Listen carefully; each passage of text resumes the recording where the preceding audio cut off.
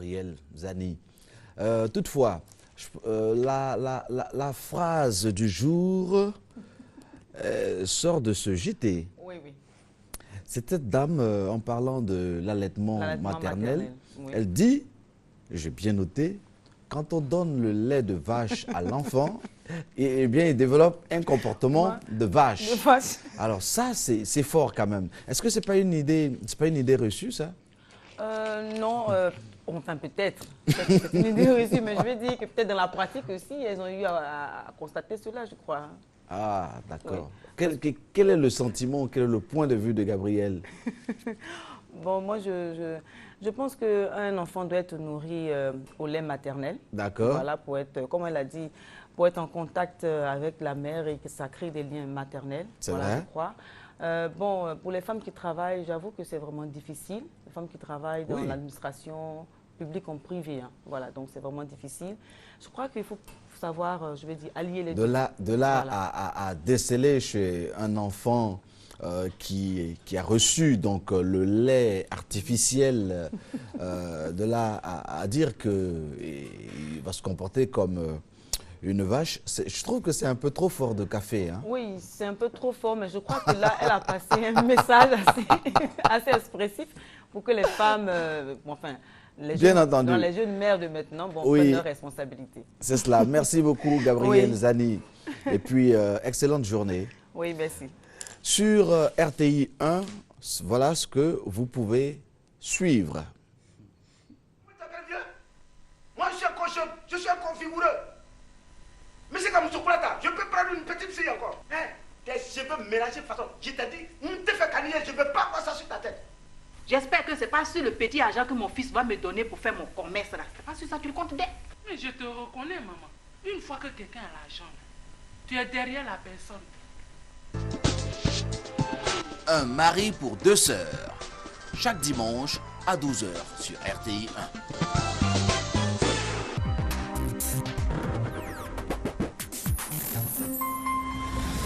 Oiseaux Vacances 2013, deuxième manche éliminatoire, deuxième manche de feu, ce mercredi 21 août dans le somptueux cadre de Doraville, Riviera à Toban. Sont en compétition les anges de l'unité de Boaké, Benkadisso de Trècheville, Yahweh Shalom de Yopougon, les petits chanceliers de Jacquesville, les enfants Jérusalem de Gagnoa, nouvelle génération d'Adiaké, les anges de la cité du Tchologo de Ferkessé-Dougou. À l'issue de cette manche époustouflante, seuls 4 groupes accéderont en demi-finale. Oiseaux Vacances, seul talent à l'état pur.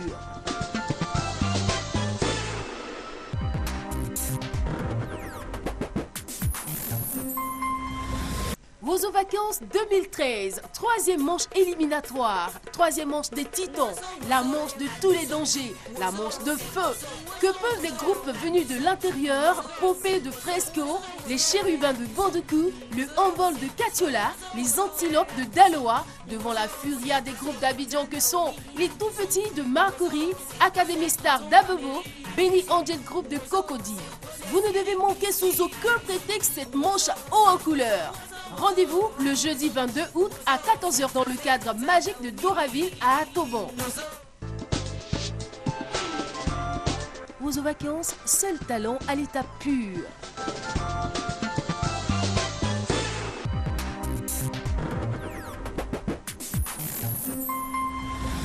Vous avez vu? Cette fois, j'ai pas fait de bêtises!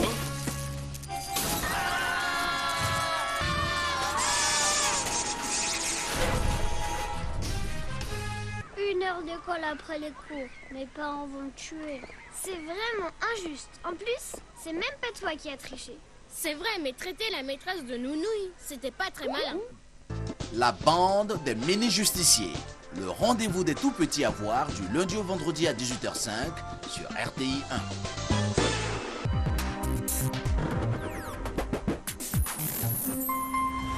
Ça, tu peux pas me faire ça, Sako, et toi je suis Abidjan. Oh, c'est quoi le problème ici, bonhomme? Mon frère, je ne vous adresse pas la parole. Après les 2 premières saisons, RTI 1 vous donne rendez-vous tous les dimanches à 14 h pour la saison 3 de l'équipe.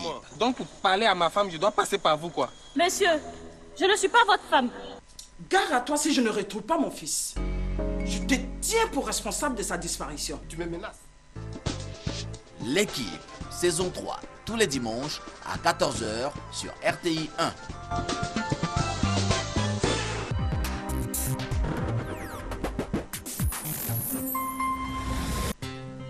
Vous avez besoin de financement pour réaliser vos projets? La Banque de l'Entrepreneur, votre nouveau programme télé, vous ouvre ses portes. La Banque de l'Entrepreneur finance vos projets jusqu'à 5 millions de francs CFA. Pour présenter votre projet à l'émission, c'est simple. Souscrivez plusieurs fois par SMS en envoyant e-projet au 98 089. Avec la Banque de l'Entrepreneur, nous faisons de vous des créateurs d'emplois en Côte d'Ivoire.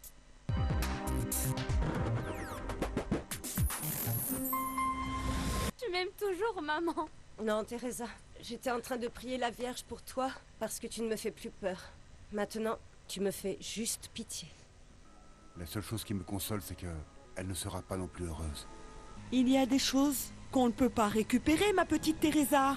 Comme l'amour piétiné, l'affection méprisée ou la confiance que l'on trahit. Marraine, non. Teresa, votre feuilleton à voir du lundi au vendredi à 13h35 sur RTI 1.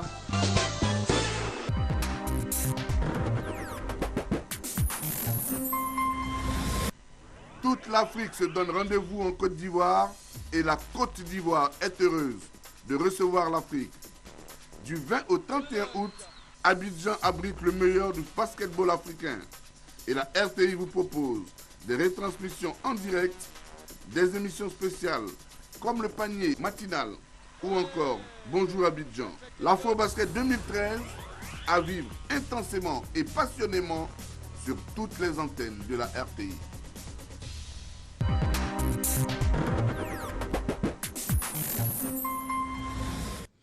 Bien entendu, l'Afro-Basket, c'est à suivre sur votre chaîne. Chers téléspectateurs, dans la rubrique Vie et Environnement, nous avons beaucoup de plaisir à retrouver Brice Delagneau, qui est notre consultant en développement durable. Il est d'autre part le président de l'ONG Amistad. Avec lui, nous allons nous intéresser aux difficultés liées au téléphone portable, on va dire, les problèmes environnementaux, les problèmes de santé. Brice Delagneau, bonjour et bienvenue. Bonjour, monsieur Coulibaly.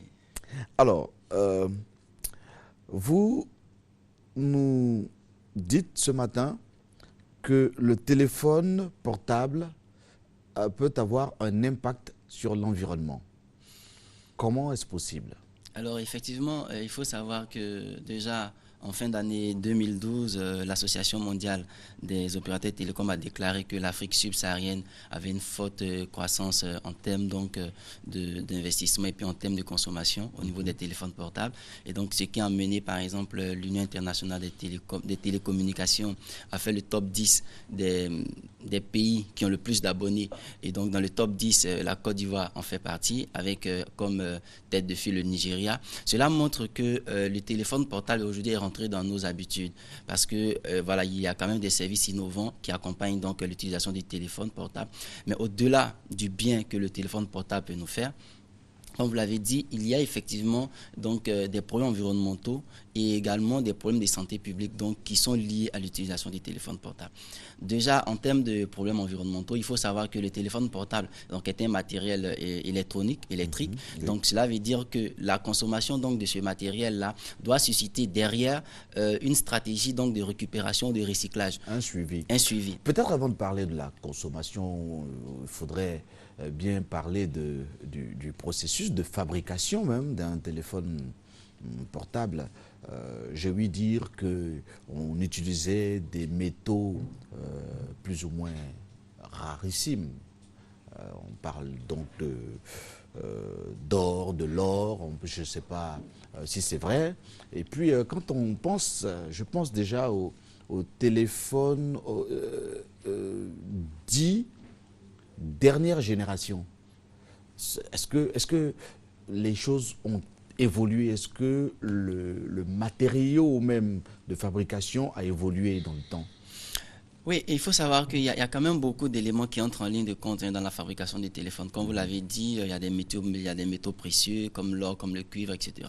Donc déjà dans l'exploitation de ces différents minéraux, on a un impact sur l'environnement déjà qui se présente. Mais au-delà de l'utilisation de ces métaux, il y a quand même des systèmes de récupération qui existent, mais pas forcément en Afrique, qui permettent effectivement, au lieu d'aller extraire encore de nouveaux métaux, on fait de la récupération au niveau de ces métaux qui se trouvent déjà dans les téléphones usagés. Donc on peut les réutiliser pour la fabrication par la suite. Donc déjà ce système-là permet déjà de pouvoir faire de la récupération, faire du recyclage et même faire pourquoi pas de la réutilisation. Est-ce que c'est vraiment évident le recyclage du téléphone? Oui, ça se fait malheureusement en Afrique. C'est pas dans nos habitudes. Non, c'est pas dans nos habitudes, mais je sais qu'il y a un programme donc qui est accompagné par un opérateur mobile donc qui permet également donc en Côte d'Ivoire, en Afrique, en Côte d'Ivoire et au Burkina de pouvoir récupérer déjà des téléphones usagés. D'accord. Ce que je sais, par exemple, j'observe, j'ai un téléphone et puis j'ai un deuxième ou un troisième.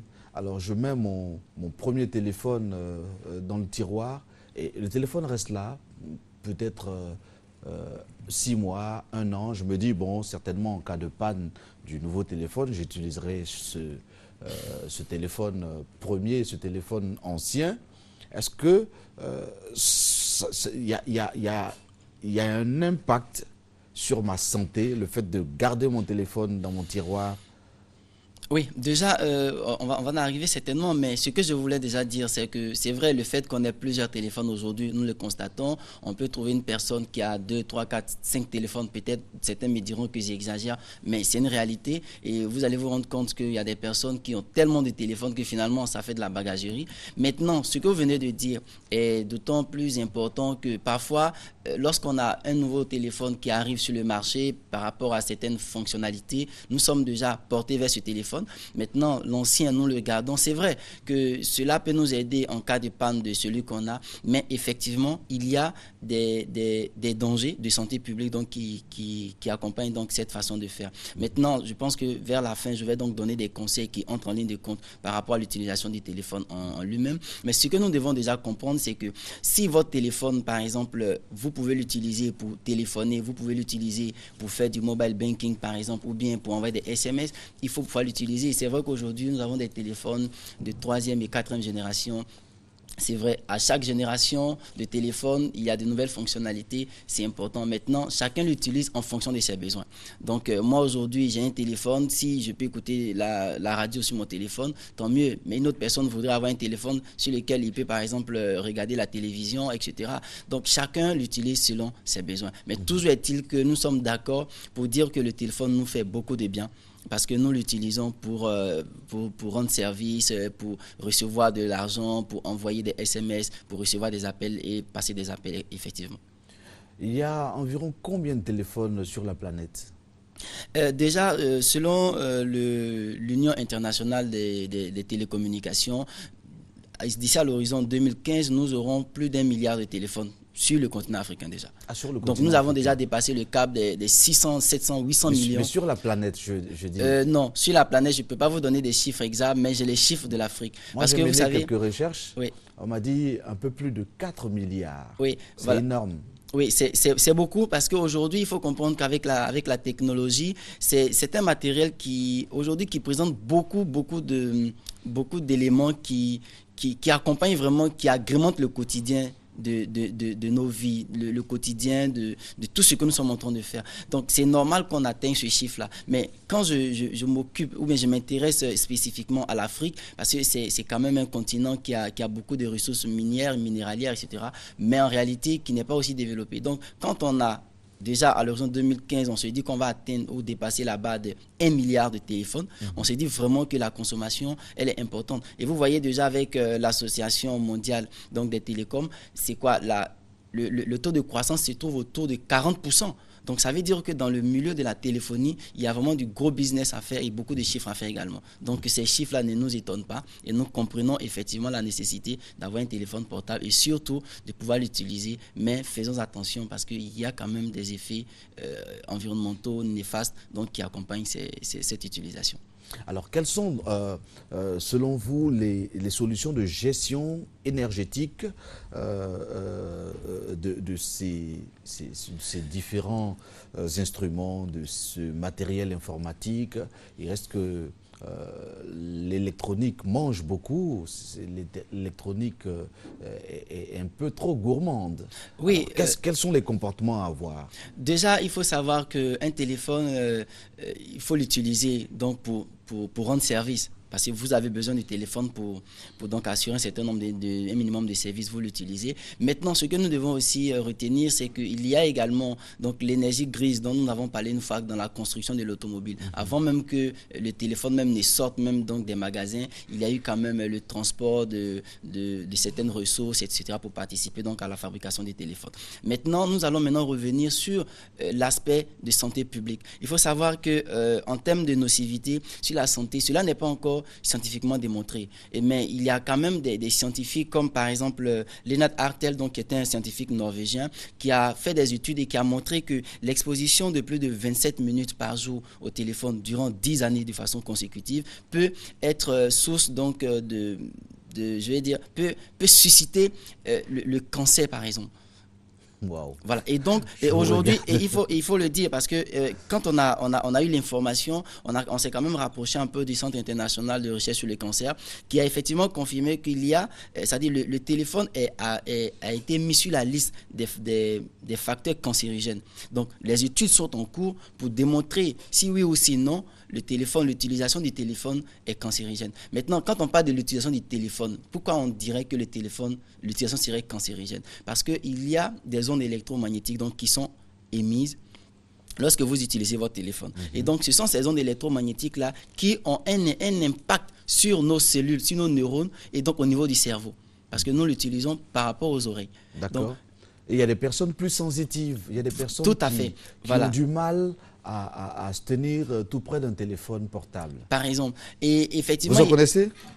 Oui, j'en connais très souvent, c'est des personnes du troisième âge. Et puis également, il y a aussi les enfants qui ont un organisme un peu fragile. Donc, pour lesquels, par exemple, on interdit l'usage du téléphone jusqu'à un certain âge, c'est souvent autour de 10-14 ans. Donc, c'est au-delà qu'il faut permettre donc, à l'enfant d'avoir un téléphone portable. Donc, les parents qui donnent des téléphones portables à leurs enfants qui ont moins de 14 ans, c'est bien beau qu'il faut savoir là où l'enfant se situe, etc., parce qu'on a envie de l'appeler, mais il faut faire très, très attention. Il faut faire très attention. Et cela aussi nous amène également à attirer l'attention aussi. Nous avons fait une conférence de presse, je me rappelle, en 2009, pour parler un peu aussi des antennes relais qui existaient déjà sur Abidjan et puis un peu à l'intérieur du pays.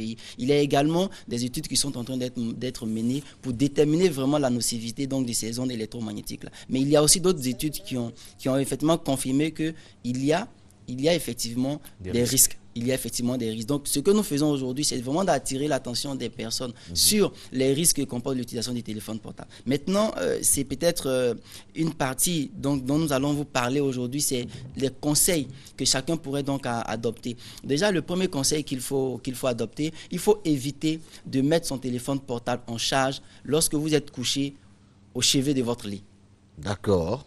Voilà. Bien noté. Voilà, c'est-à-dire, très souvent, on utilise le téléphone portable comme le réveil, donc on le met juste à côté donc, de notre tête, et puis il est allumé, il est en charge. Donc, souvent même comme une veilleuse. Voilà, comme une veilleuse. Et puis, nous avons aussi, il faut aussi éviter, par exemple, d'avoir le téléphone portable dans le pantalon, dans la chemise, et souvent, on a nos mamans, on a nos sœurs qui mettent le téléphone dans le soutien-gorge. C'est pas intéressant. Et puis, il faut également éviter de téléphoner quand vous êtes en circulation, quand vous êtes en mouvement. Parce que quand vous êtes en mouvement, donc la réceptivité donc, du téléphone nécessite l'utilisation de beaucoup d'ondes électromagnétiques. Donc cela fait qu'il y a la perte donc, de ces ondes-là en cours de route. Donc il faut éviter donc, d'être en déplacement quand vous utilisez le téléphone portable. Donc, ça veut dire si vous êtes à moto, si vous êtes à vélo, si vous êtes à pied, vous avez un coup de fil, arrêtez-vous. Souvent on va me dire mais on n'a pas le temps. Mais mieux vaut prendre peut-être 1 minute pour communiquer et puis voilà, dans 10 ans vous êtes encore en bonne santé. Donc il y a également un certain nombre de choses qu'il faut comprendre. J'ai dit tout à l'heure qu'il faut éviter de donner le téléphone portable aux enfants qui ont moins de 10 ou 14 ans parce que c'est important. Et il faut éviter donc de les exposer. Donc il y a un certain nombre d'éléments comme cela qu'il faut pouvoir respecter pour ne pas que le téléphone portable qui est censé donc nous donner du plaisir dans l'utilisation à travers les services que le téléphone peut nous rendre, que le téléphone soit maintenant source de santé publique. Donc c'est important de le savoir aussi. C'est très important. Merci pour toutes ces réflexions sur le téléphone portable. Est-ce qu'on peut avoir une idée des différentes catégories donc, de décharge? Ben, ok, en termes de décharge, je ne comprends pas bien la question. Si c'est en termes de...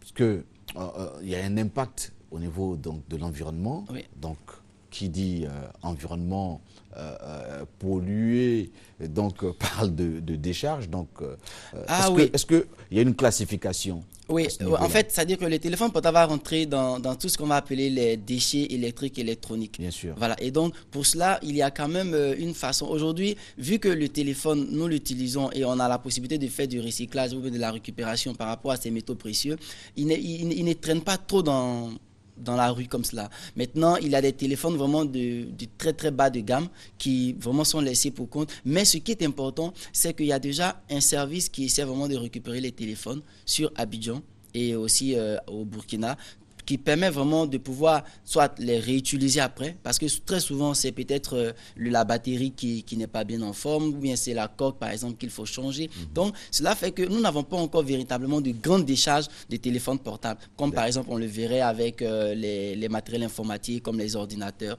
etc. Merci Brice Delagno. C'est moi qui vous remercie. Je rappelle que vous êtes le président de l'ONG Amistad et vous êtes notre consultant en développement durable. Vous étiez là donc pour nous parler des problèmes environnementaux, des problèmes de santé publique également, les problèmes liés au téléphone portable. Merci d'être venu sur ce plateau et puis je vous souhaite une très bonne journée. Merci, et au passage je voulais vous dire d'utiliser le téléphone avec des écouteurs comme ça. Ah, c'est beaucoup plus facile et c'est beaucoup plus pratique. Oui, c'est plus pratique avec des écouteurs. Tout à fait. D'accord. Merci. C'est très bien dit. Merci. À voir sur RTI 1 avant de recevoir sur ce plateau d'autres invités qui attendent. J'ai une vision. Un fleuve très large et puissant. Il y coule beaucoup d'eau. Je vois aussi de belles plages de sable blanc le long de la rive. C'est l'Araguaia. Araguaia, la rivière du destin. L'histoire de deux peuples que tout oppose. La race, la religion, les coutumes, les valeurs ancestrales. Deux peuples que l'amour doit unir. Hé, mademoiselle. Je n'ai pas fait un si long voyage pour avoir un cours d'histoire. Je suis venu jusqu'ici pour trouver des réponses. Pour y voir plus clair dans ma vie. Araguaia, du lundi au vendredi à 19h25 sur RTI 1.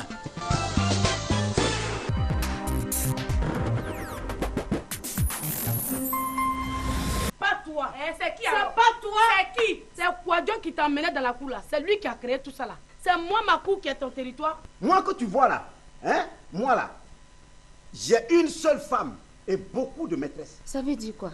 C'est un français très clair, les gars. Si tu es allé à l'école là, ça là, tu vas comprendre. Go, Dieu te voit. Hey, Dieu te voit aussi, les gars. Dieu te voit 10 000 fois. Ma famille, votre série ivoirienne à voir du lundi au vendredi à 11h sur RTI 1.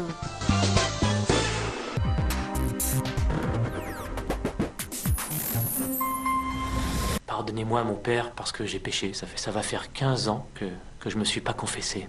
Bah dis donc. Bah dis donc, c'est pas très catholique ça. Peu importe. En ce qui me concerne les péchés, je suis pas vraiment au courant de ceux qui sont encore sur la liste officielle. Je sais tout sur Monsieur Reno. C'était ton prof d'atelier en 5e. Tu as mis une punaise sur sa chaise. À ne manquer aucun épisode de votre série Psy, enquêteur malgré lui, du lundi au vendredi à 14h sur la chaîne qui rassemble.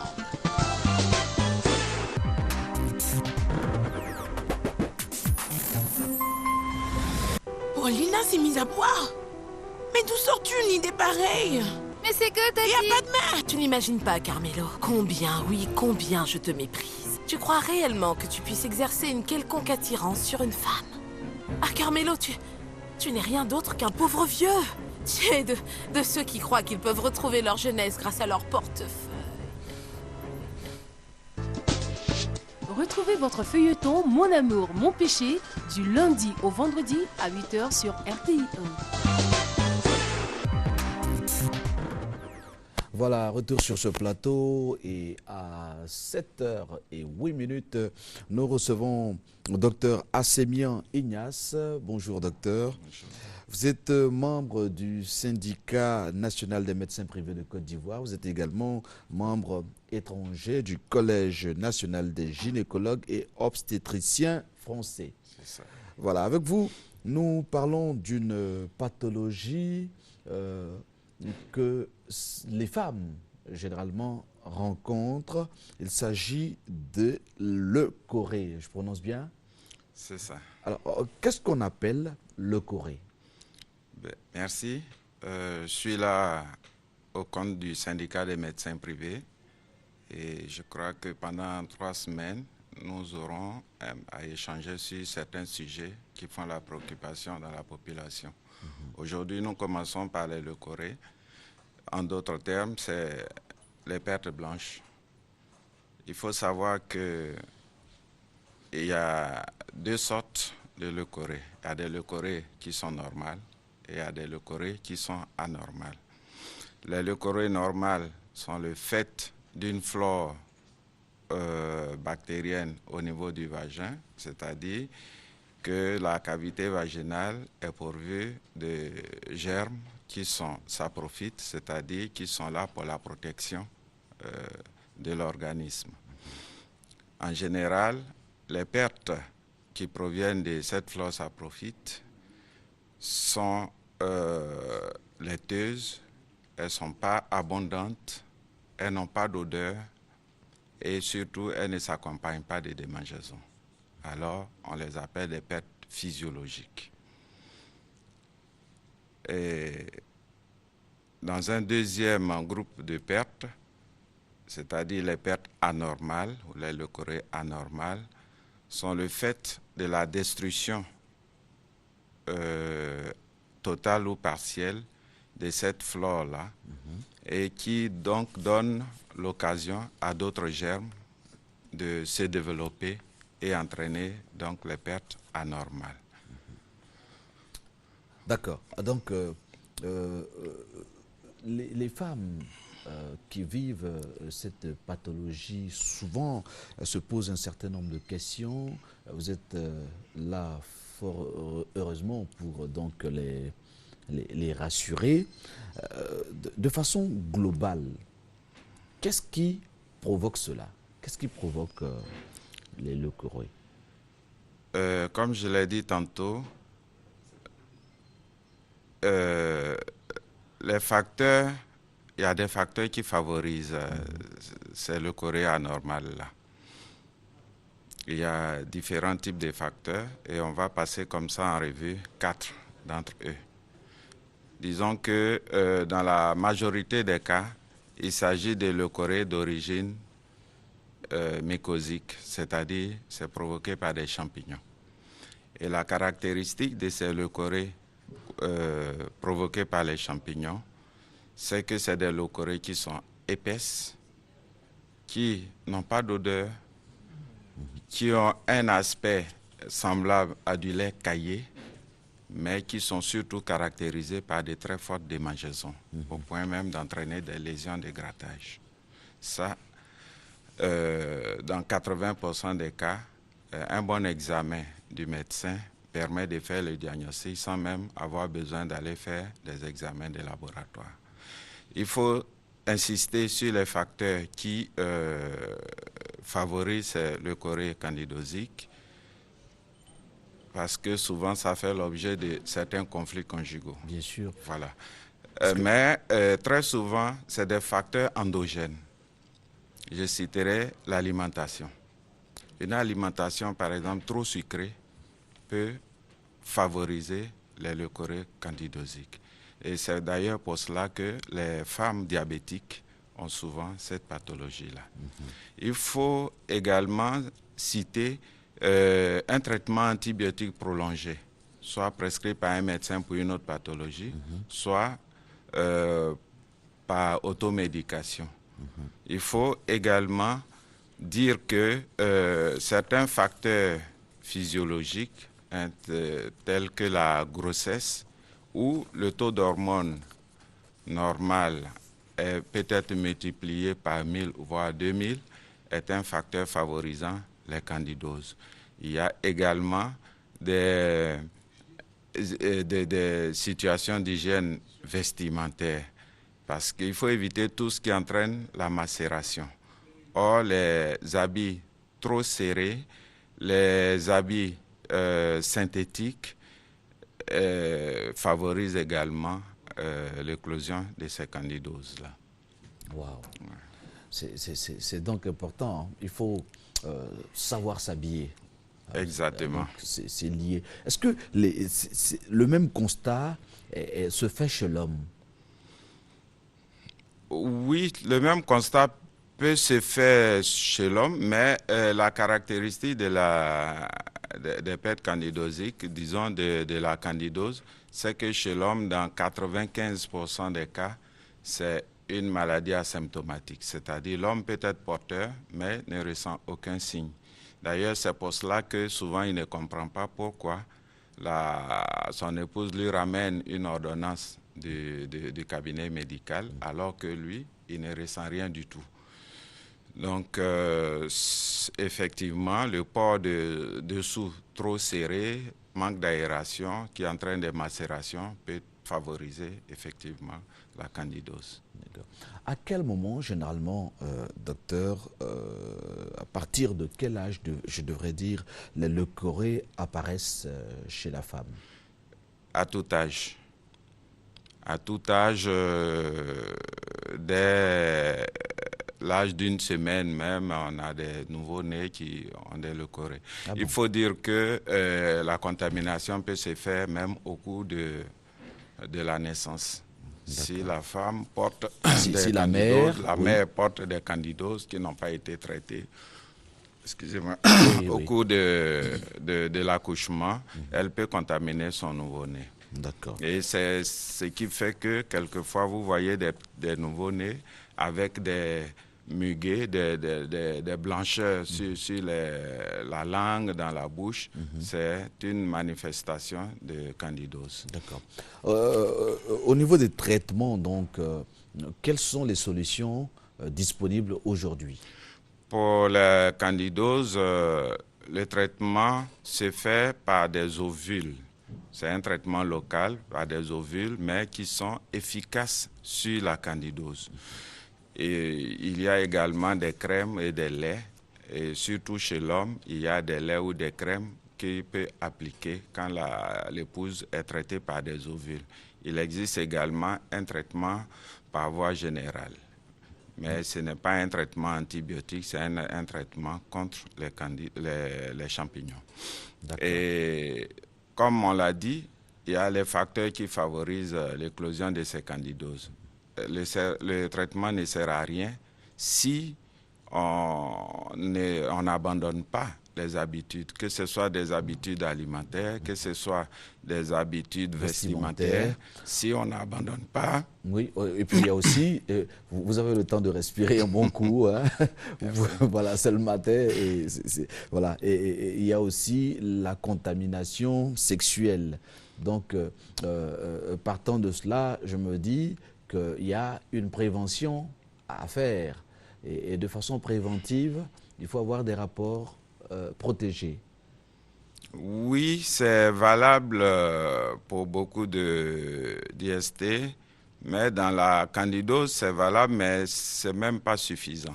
On peut avoir des rapports protégés, mais dès l'instant où, au cours des rapports, il y a contact, même qu'entre les cuisses et tout, ça peut être des sources de contamination. D'accord, il faut faire donc très attention.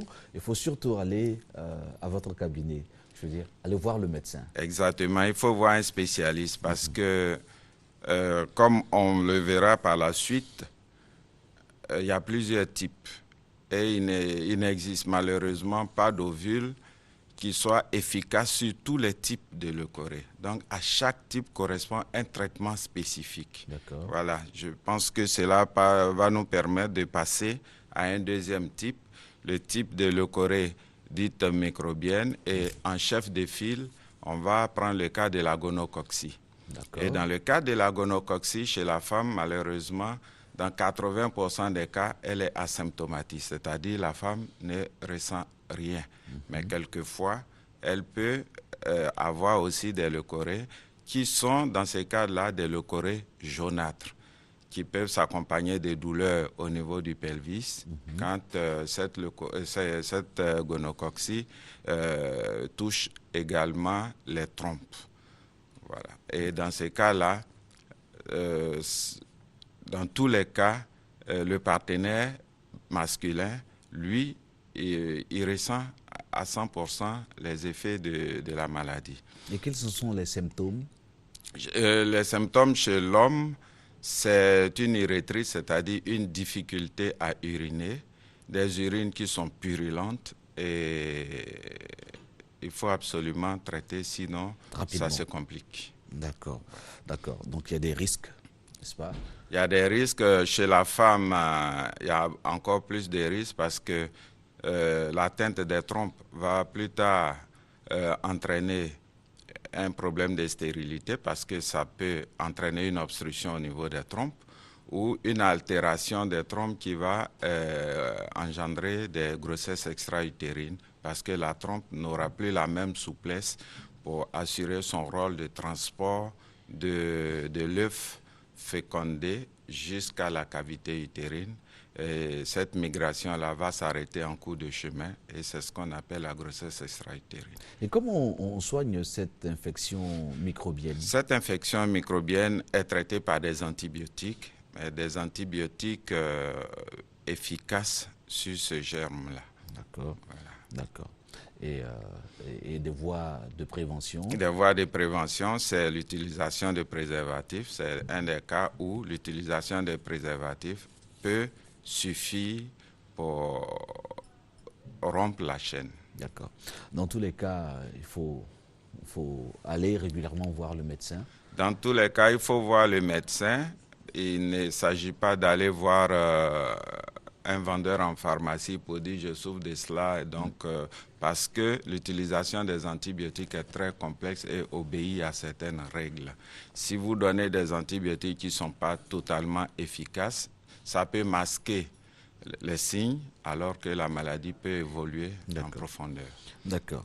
Avec vous, docteur Assémien, nous savons qu'il y a plusieurs formes donc, de leucorrhée qu'on appelle également les pertes blanches chez les femmes.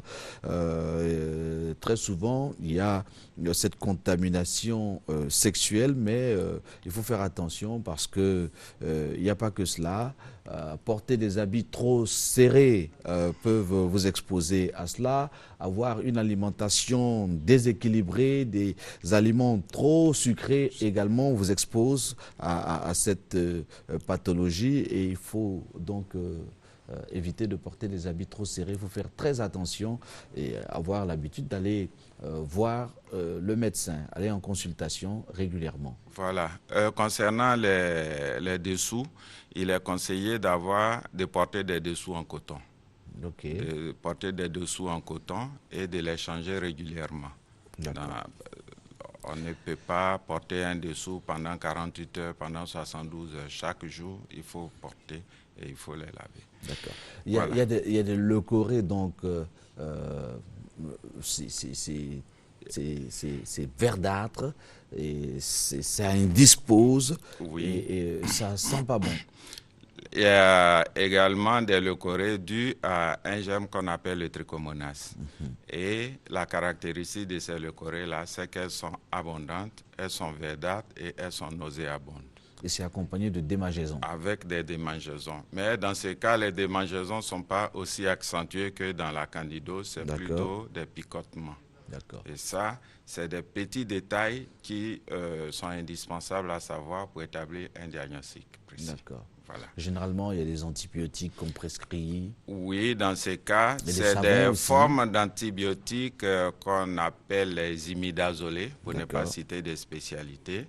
Mais c'est les imidazolés, les professionnels le connaissent. Et puis, il faut utiliser des savons plutôt acides, avec une acidité élevée. Alors que dans la candidose, il faut utiliser des savons avec une acidité très basse. D'accord. Et le dernier groupe des leucorrhées, c'est les leucorrhées dues au Gardnerella vaginalis, qui est caractérisée par des pertes très abondantes, des pertes grisâtres et surtout par une très forte odeur. Voilà. Et pour terminer, je pense qu'on peut citer quelques cas particuliers. Chez une femme de plus de 50 ans ou 60 ans qui se met à avoir des pertes blanches abondantes, cela peut être le premier signe d'une maladie plus grave, un cancer de l'utérus par exemple. Et puis, chez une femme de entre 30 et 40 ans qui a des pertes hydriques abondantes, généralement qui prolongent les règles, ça peut être d'origine fibreuse, ça peut être un fibrome ou une autre maladie plus grave qu'on appelle l'endométriose. D'accord. Donc, voilà. D'accord. Le conseil en tant que médecin que vous donnez, c'est la consultation. Il faut donc un diagnostic précis à chaque cas de leucorrhée. Exactement. Pour un traitement efficace. Exactement. Il faut s'adresser à un spécialiste. Il faut s'adresser à un spécialiste pour que, sur la base des signes qu'on a évoqués, puisse établir un diagnostic précis et surtout prescrire un traitement précis. Et le traitement n'est rien s'il ne s'accompagne pas des mesures hygiéno-diététiques qu'on a évoquées. Et dans tous ces cas-là, il ne faut pas omettre de traiter le partenaire pour que la chaîne, le ou les partenaires, pour que la chaîne soit rompue. Bien sûr. Merci, docteur Assemia Ignace. Je rappelle que vous êtes membre du Syndicat national des médecins privés de Côte d'Ivoire et membre étranger du Collège national des gynécologues et obstétriciens français. Vous étiez là pour nous parler de leucorrhée, cette pathologie qui intéresse plus d'un foyer en Côte d'Ivoire. Et merci d'être venu nous parler de cela. En conclusion, on va retenir donc l'hygiène intime, l'alimentation équilibrée, ne pas manger trop sucré, l'hygiène vestimentaire aussi, on va dire. Exactement. Merci d'être venu sur ce plateau. C'est moi qui vous remercie et je voudrais prendre rendez-vous pour parler cette fois des cancers spécifiques aux femmes. Et je pense que ça sera pour la semaine prochaine. D'accord. Merci. Dans tous les cas, vous êtes le bienvenu sur notre plateau. Merci, docteur Assemia, d'être venu. Voilà, chers téléspectateurs, nous allons nous intéresser dans quelques petites minutes au monde agricole. Les coûts des denrées, c'est tout à l'heure. Mais avant, un petit détour au marché, pas celui de Irielou-Colette, un marché où il y a quelques litiges et puis un marché où les gens, les uns et les autres, doivent se donner la main, se faire même à tout et se dire que nous sommes ensemble et nous sommes obligés de nous parler, d'être réconciliés.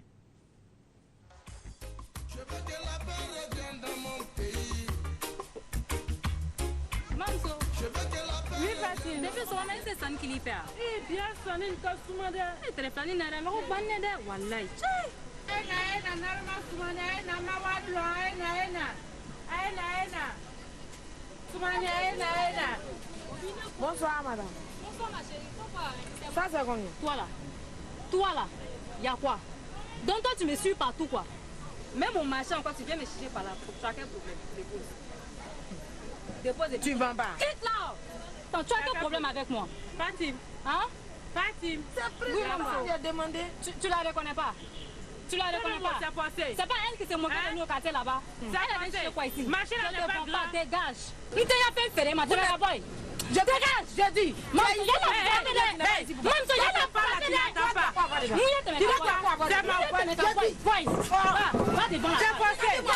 passé? Il y a quoi? Il y a quoi?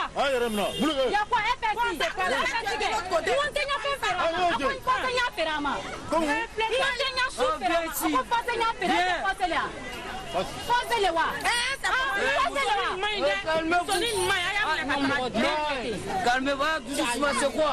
Madame Moulé, il y a quoi?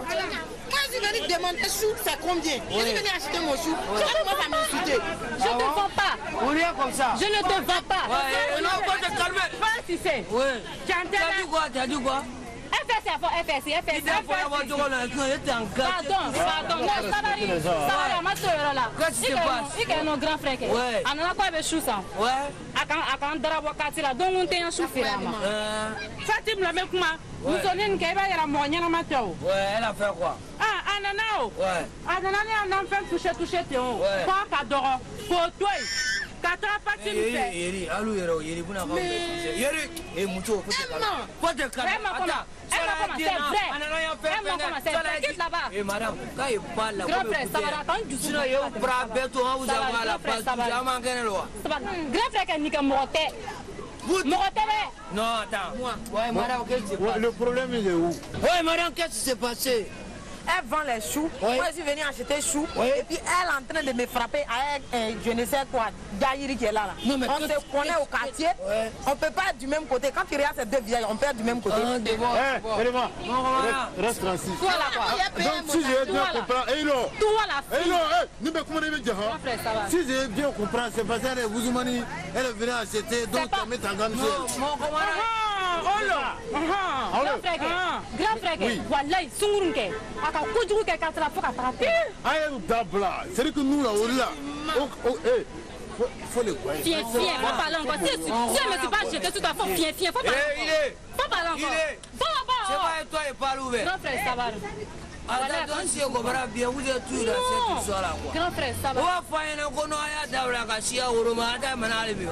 Vous savez pas ce qui s'est passé dans le pays là? Non, laisse-moi parler. Tu as quelqu'un qui doit prendre pour gonfler la poitrine, c'est nous. Ou bien, à nous quand tu dis dans ce pays-là, mais le président n'a qu'à laisser, on a laissé tomber. On ne peut pas la affaire de Boutsoumani, affaire de ça là, c'est ça là quand on va voir Koungoro là. C'est quelle manière ça là? C'est bien, on a entendu. Mon collègue, on n'aime pas ça. Parce que ça commence à tuer mon cœur. Parce que non, allez me voir, en fait, toi tu viens ici, avec la scène que tu refuses de lui vendre, c'est ça? Là, tu trouves ça normal? Si quelqu'un doit au foyon, non, Hiro. Non, ça va. Si quelqu'un doit prendre, si quelqu'un doit au foyon, c'est nous les FSI. Oui, on sait. À nous, le Canada dit, il m'a dit, mais ça veut quoi, un tape là, on camé ça mort. Ouais, le mec qui est calé. Ouais, de ça. Tout de suite. Non, on ne peut pas savoir pour dire ça. C'est mort, on ne peut pas savoir pour dire ça. Ouais, il faut le parler. C'est quelle manière ça là? C'est bien, on a entendu. Mon collègue, moi, n'aime pas ça. Sinon, prochainement, il ne peut pas me savoir pour dire ça. Comment pas c'est quelle manière ça là? Ouais, si c'est ça va aller. Allez, le cap. Il va dire. Il va voir tout. Ça va aller. Il va aller FSC. Non, tu es civil. FSC, c'est quoi que tu as? Non, voilà, mais vers la mais vers la voilà. Ça la fait des mines, vous n'avez pas laissé. C'est bon. Ouais, on peut tout les gamins de Kelene. Si nous, mais on se va mettre ensemble là. C'est pas quelqu'un qui a quitté ailleurs, va venir nous mettre ensemble. On doit se pardonner. Mine, maintenant, non, c'est passé. C'est vrai. Mais ça fait pour quelque chose. Il y a un abattoir, avec nous, ça va passer à des boys européens. Voilà, il va d'abord, mais d'abord, voilà, il n'a pas venu en faux. Vous n'avez pas vous saluer. Vous n'avez pas vous saluer. Allez, nous en faux. Arrêtez là. Bravo, maman, banabara est fini, bravo. Bravo. C'est quelle manière ça là? Alors, n'a pas gâté ce que là.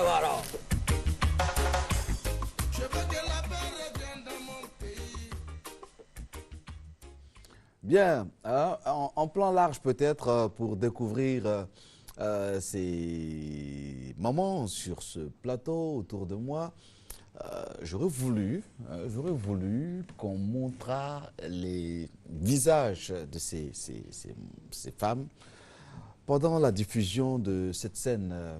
Attention, il y a quelque chose qui Voilà, tourne pas rond. Voilà, attends, laissez-moi réajuster tout cela. Voilà, c'est bon? Merci. Voilà. Alors, pendant donc la diffusion de, de cette scène au marché, moi, je regardais les visages, j'ai noté vos réactions. Vous étiez au marché, vous étiez avec ces dames. Hein? Il y avait des commentaires et tout ça. Irielou, le marché est toujours comme ça? Non. Il y a des scènes comme ça toujours au marché? Il y a des scènes comme ça des fois. De moins en moins maintenant? De moins en moins. Et je pense que ça, on peut dire que c'est en train de disparaître même. D'accord. Il y en a une sur ce plateau, je ne dirais pas laquelle, qui a dit « Elle est bête, quoi !» Hein? C'est Madame Traoré. Hein? Qu'est-ce que vous a choqué là-dedans? Qu'est-ce que vous a choqué? Non, parce que quand le monsieur a dit, elle vient de l'autre côté, tu viens de l'autre côté, elle dit oui, c'est ça même. Bon, vraiment, c'est bête. D'accord. Oui. D'accord. C'est vrai que dans le marché, c'est un lieu où tout le monde se rencontre, les gens viennent de divers horizons, et les gens ont quelque chose à faire et puis se quittent. Mais là, elles se connaissent. Hein? Elles se connaissent depuis le quartier. Il reste que cet élément, c'est un peu... Bon, c'est peut-être un peu dépassé, non? Est-ce que les FRC sont encore au marché? Est-ce que leur place est encore au marché? Vous qui venez du marché, est-ce que vous les voyez au marché? Bon, chez moi, il n'y a pas de FRC au marché. Oui. Moi, je viens de l'intérieur. Bon, là-bas, voilà. c'est calme. C'est calme, mais il y a les FRC. Ah, d'accord. Bon, il faut leur dire hein, que leur place n'est plus au marché. Hein, parce que le DDR est sur pied, le DDR a commencé à travailler, à leur trouver donc un cadre de réinsertion. Voilà. Et c'est important de le dire. Voilà. Donc, bon, c'est un élément qui a été filmé il y a plusieurs mois, mais bon, voilà, leur place n'est plus au marché. Non, c'était bien de voir ces choses pour que les gens comprennent que... On vient de loin. On vient de loin et on doit aller à la paix. On vient de loin et on s'en va loin. Oui, on doit aller à la paix, très loin. D'accord, en tout cas, bravo. Nous sommes donc avec vous, donc les membres de la FENACOVICI, la Fédération nationale des coopératives de vivriers de Côte d'Ivoire, et avec la présidente qui est donc Irielou Colette, et bien sûr sur ce plateau, Kango Amouin Suzanne, c'est laquelle? C'est elle qui vient de l'intérieur du pays. Où? Ah, de Djokwe. Ah, d'accord. Ah, c'est intéressant ça. Vous êtes la présidente de la coopérative Yeuka Yeun. Yeuka Yeun. Ça veut dire quoi? Entraidons-nous. L'entraide. C'est en Baoulé. Ah, d'accord. Ah, d'accord. D'accord. Ah, d'accord. Vous avez dit ça en français. Hein? D'accord. Et Die Marceline, qui est donc la déléguée d'Abobo, c'est une habituée de notre plateau, et bien sûr Traoré Aminata, qui est la présidente de la coopérative des femmes du vivrier de Cocody de Plateau, membre donc de la FENACOVICI. Alors, cette semaine, qu'est-ce que vous avez observé sur les différents marchés? Je vais commencer par celle qui nous vient de Djokwe. Cette semaine, nous, à l'intérieur, nous voulons faire, comme notre PCA nous demande, de vendre maintenant à kilo. On veut commencer. Parce que nous, notre partie... Vous n'avez pas encore commencé. Vous voulez commencer. Oui. D'accord. Ça nous rassure. Oui. Bon, puisque maintenant, nous, c'est la banane qu'on produit plus. Donc, c'est la période. Donc, il faut qu'on se mette au travail pour commencer à vendre un kilo. La banane est de saison en ce moment. Oui. D'accord. Et les autres produits, j'imagine que les prix qu'on a à Abidjan ne sont pas les mêmes qu'à Djokwe. Non. Alors, le kilo de tomates à Djokwe, il est à combien? Bon, actuellement, le kilo À Dieucoué, on peut faire ça à 100 francs. Waouh! J'aimerais bien être à Dieucoué. Oui. Hein? Dieucoué, non, c'est la forêt, donc. Et le piment? Le piment, pareil, 100 francs le kilo. D'accord. Les aubergines et tout ça, 100 francs. 100 francs. Wow. D'accord. Vous allez à Dieucoué, vous revenez quand? Le lundi. D'accord. Bon, je passerai une commande. Je passerai une commande. D'accord. Alors, Marceline, la semaine écoulée à Abobo, c'était comment? Ça va toujours très bien. On est sur le marché et il n'y a pas de différence. D'accord. Voilà. Bon, à Abobo, c'est pas 100 francs, hein? Non, ça c'est à l'intérieur. D'accord. À Abobo, c'est 500 francs. À Bobo? Oui, combien? Non. On a toujours donné le prix. Oui. Toujours 350. Oh, la dernière fois, on m'a dit 500. Mais vous avez les produits là, okay. Les dalles, ça peut monter, ça peut descendre. En ce moment, voilà. C'est le temps. Si le temps arrive, on peut descendre même à 200, 150 francs. Mais si ça monte, on peut arriver à 500, plus que 500. C'est comme ça. D'accord. Alors la banane qui est de saison, donc la banane, quand on va à Bobo, on a la banane à combien? 150 francs le kilo pour le moment. Ah. Voilà. D'accord. Madame la Présidente, est-ce que vous êtes une présidente comblée, satisfaite de l'évolution des marchés? Je suis très comblée parce que les gens ont commencé à comprendre que aller au kilo, ça fait du bien à la population. Et ceux qui sont à la production, ils savent que en allant au kilo, c'est bien aussi pour eux. Pourquoi le cacao s'achète au kilo et puis bon, nous, nos denrées qui sont on a plus de 60 à 50 féculents et tout se vend en désordre. Donc au kilo aujourd'hui, tout le monde est content que nos produits, quand je fais ma production, je dois vendre au kilo. Donc je suis vraiment comblée. Et c'est pourquoi on est toujours, tous les mardis, on est là pour prévenir la population que nous sommes là pour leur dire que ce que nous avons commencé, c'est un projet et tout le monde doit nous accompagner. Tout le monde doit nous accompagner. À moins, Suzanne dit qu'à Dieucoué, on va commencer. Bon, c'est un démarrage. Qu'est-ce que vous donnez à cette représentante de la coopérative qui est à Dieucoué pour bien démarrer? Le gaiement, c'est qu'on peut donner au gaiement parce qu'on dit de vendre au kilo, d'acheter au kilo. Elles font la production de la banane. Nous allons donner les bascules. On va leur donner les bascules pour pouvoir peser la banane. Et on va leur donner les balances aussi pour que à Dieucoué aussi les balances au niveau de tous ces fruits-là puissent commencer normalement à l'intérieur du pays. D'accord. En tout cas, moi, je vous encourage et puis je souhaite une excellente semaine à toutes les mamans que vous représentez sur ce plateau. Merci d'être venu. J'ai vu donc le riz, c'est le bon riz local. À Bobo, on veut ajouter quoi? Bon, à Bobo, je voulais encourager mes soeurs qui sont autour de la Sojega. Elles n'ont qu'à venir visiter le marché. C'est à cause d'elle qu'on est en train de travailler. Et ensuite, la semaine qui va venir, la semaine prochaine, en tout cas, le marché est ouvert à la banane. Si tu viens, le kilo 150 francs là, et si tu peux prendre les sacs pour aller revendre où tu veux, tu peux le faire. Bien sûr, bien sûr. Et aux deux plateaux, hein, c'est pareil. Hein? Oui. Voilà.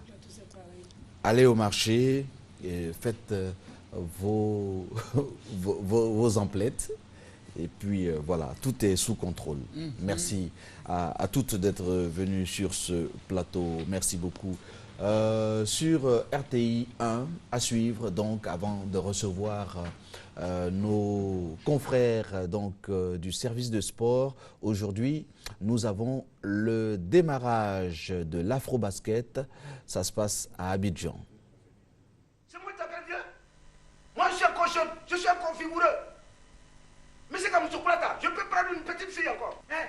Tes cheveux mélangés de façon. Je t'ai dit, ne te fais caniller, je ne veux pas voir ça sur ta tête. J'espère que ce n'est pas sur le petit argent que mon fils va me donner pour faire mon commerce là. C'est pas sur ça, tu le comptes bien. Mais je te reconnais, maman. Une fois que quelqu'un a l'argent, tu es derrière la personne. Un mari pour deux sœurs. Chaque dimanche à 12h sur RTI 1.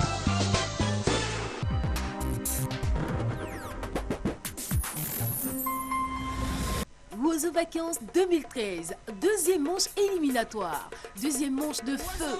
Ce mercredi 21 août, dans le somptueux cadre de Boraville, Riviera à Coban, sont en compétition les anges de l'unité de Boaké, Benkadisso de Trècheville, Yahweh Shalom de Yopougon, les petits chanceliers de Jacquesville, les enfants Jérusalem de Gagnoa, nouvelle génération d'Adiaké, les anges de la cité du Tchologo de Ferkessé debout.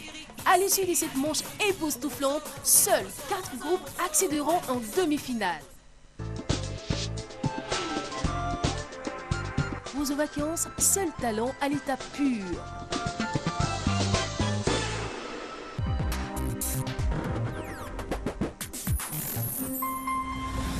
Vous avez vu? Cette fois, j'ai pas fait de bêtises!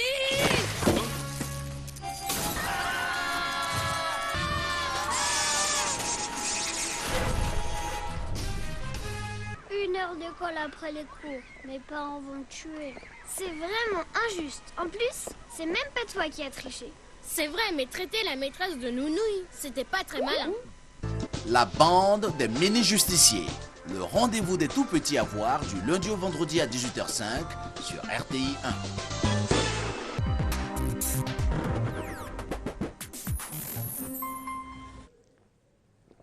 Voilà, merci. Nous sommes de retour sur notre plateau. On parle antique rapidement avec Ncho Yao. C'est un professionnel de la sécurité informatique. Avec lui, nous parlions depuis la semaine dernière de l'examen international de certification. Oui. Alors aujourd'hui, on va donner d'autres explications avec des images à l'appui. Bien sûr. Pendant longtemps, nous avons parlé de la certification internationale. Donc, vous pouvez avoir un diplôme à l'issue de votre formation. Le diplôme est généralement délivré par une université, est généralement délivré par une école.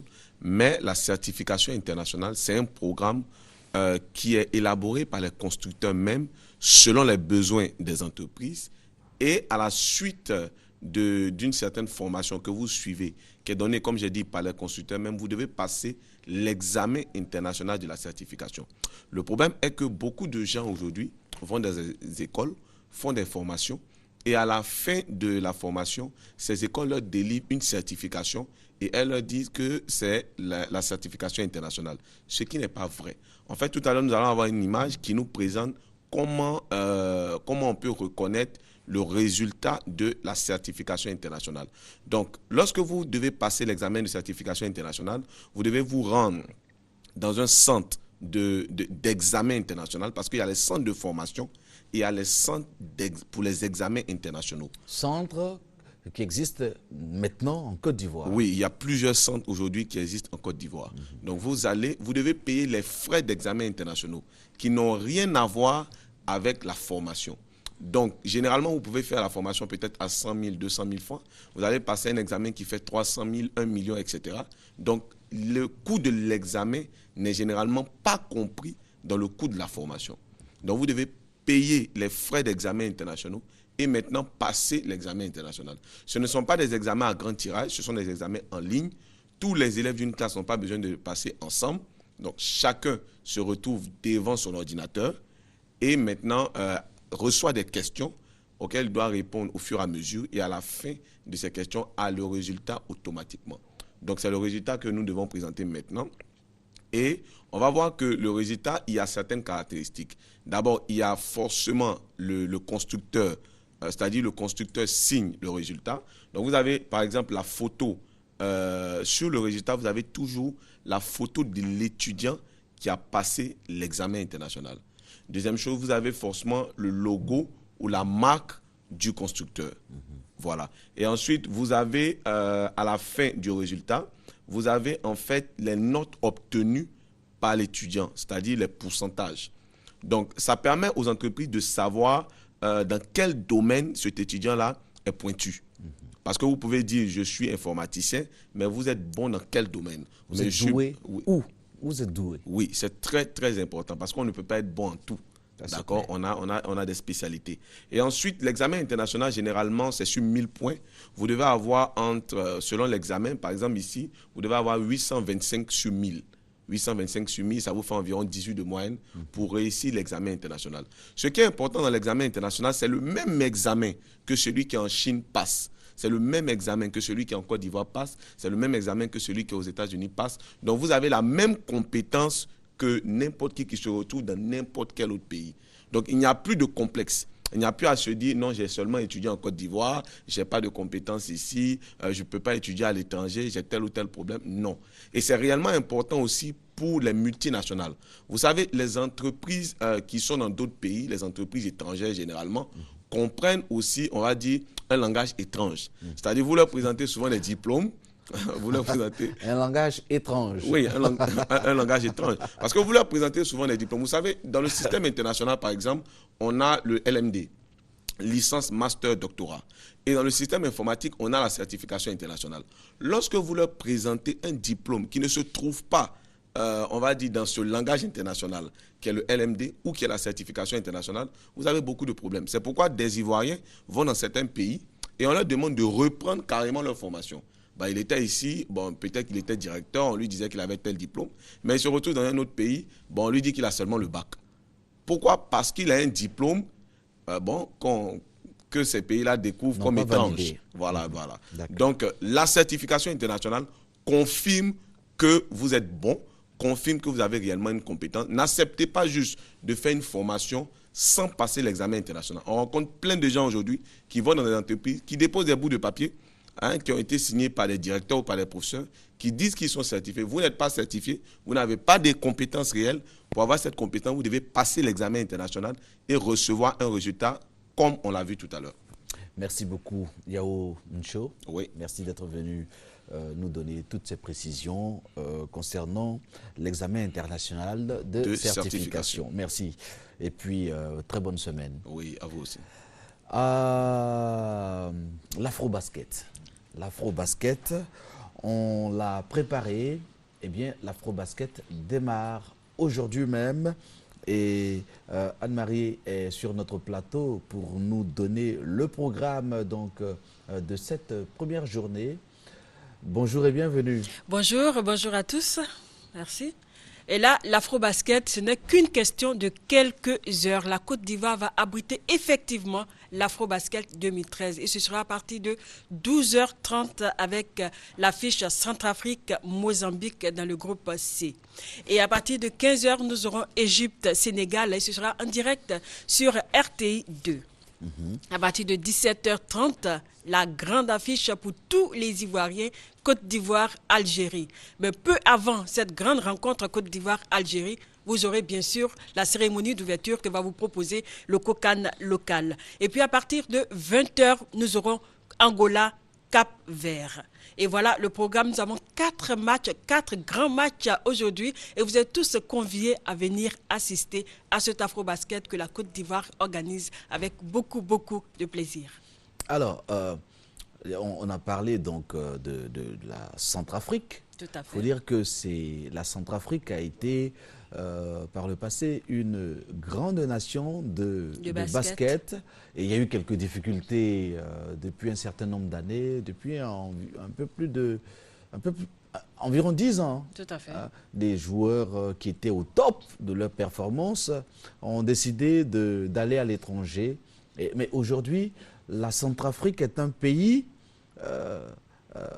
auquel il faut faire attention. Il faut faire tout à fait attention à la Centrafrique. La Centrafrique qui se trouve justement dans le groupe C avec l'Angola. L'Angola qui est le plus titré de ce championnat d'Afrique avec 10 titres. Donc l'Angola, le Mozambique, le Cap-Vert et puis la Centrafrique. Donc le Cap-Vert et la Centrafrique vont faire office un peu dans ce groupe C-là de troubles faites par rapport à l'Angola et bien sûr au Mozambique. Mais ce qui nous intéresse aujourd'hui, Baba, si vous me permettez, j'aimerais m'intéresser avec le groupe A, où se trouve la Côte d'Ivoire.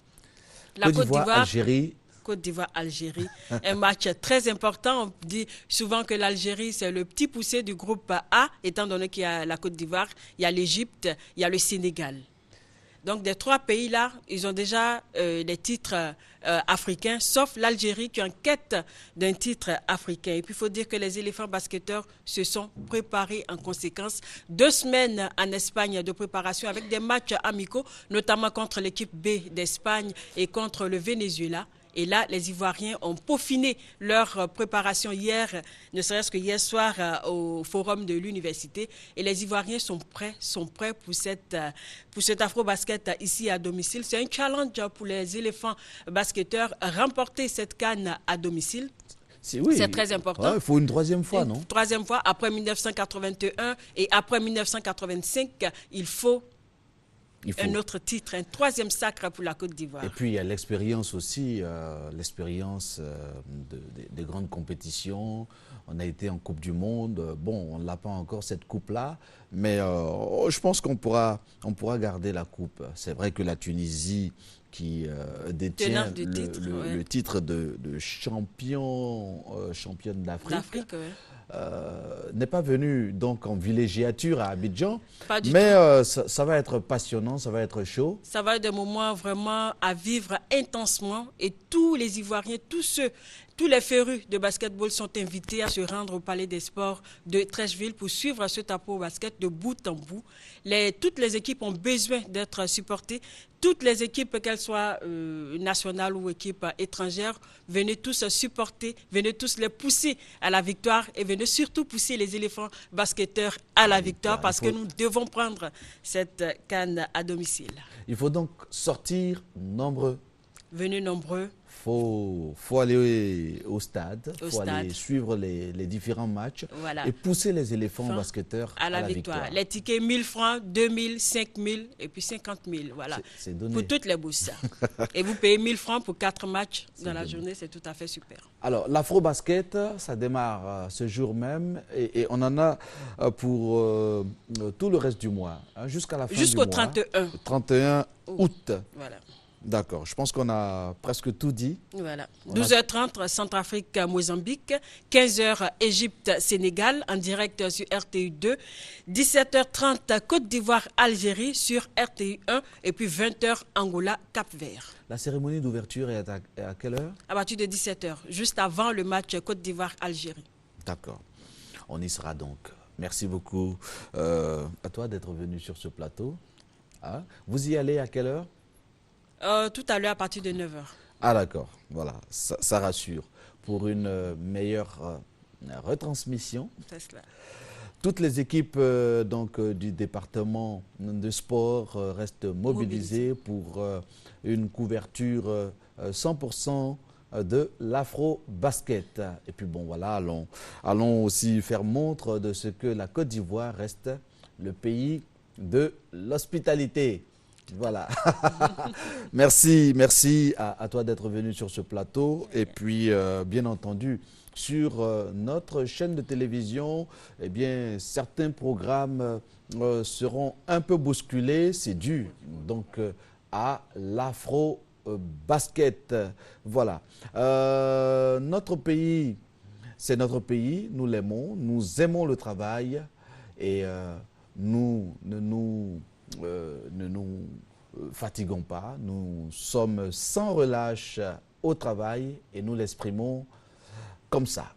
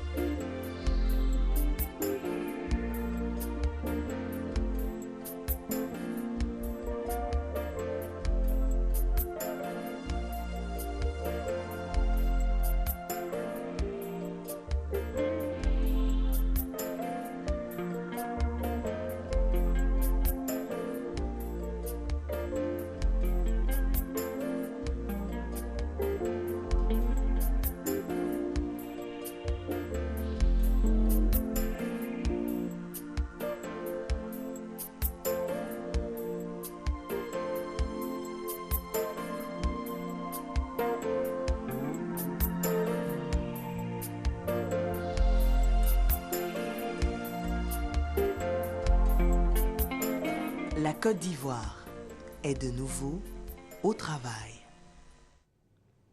Voilà, il est 8 heures, passé d'1 minute. Et pour conclure, eh bien, comme le laboureur, je dirais, creuser, fouiller, bêcher, ne laisser nulle place où la main ne passe, repasse.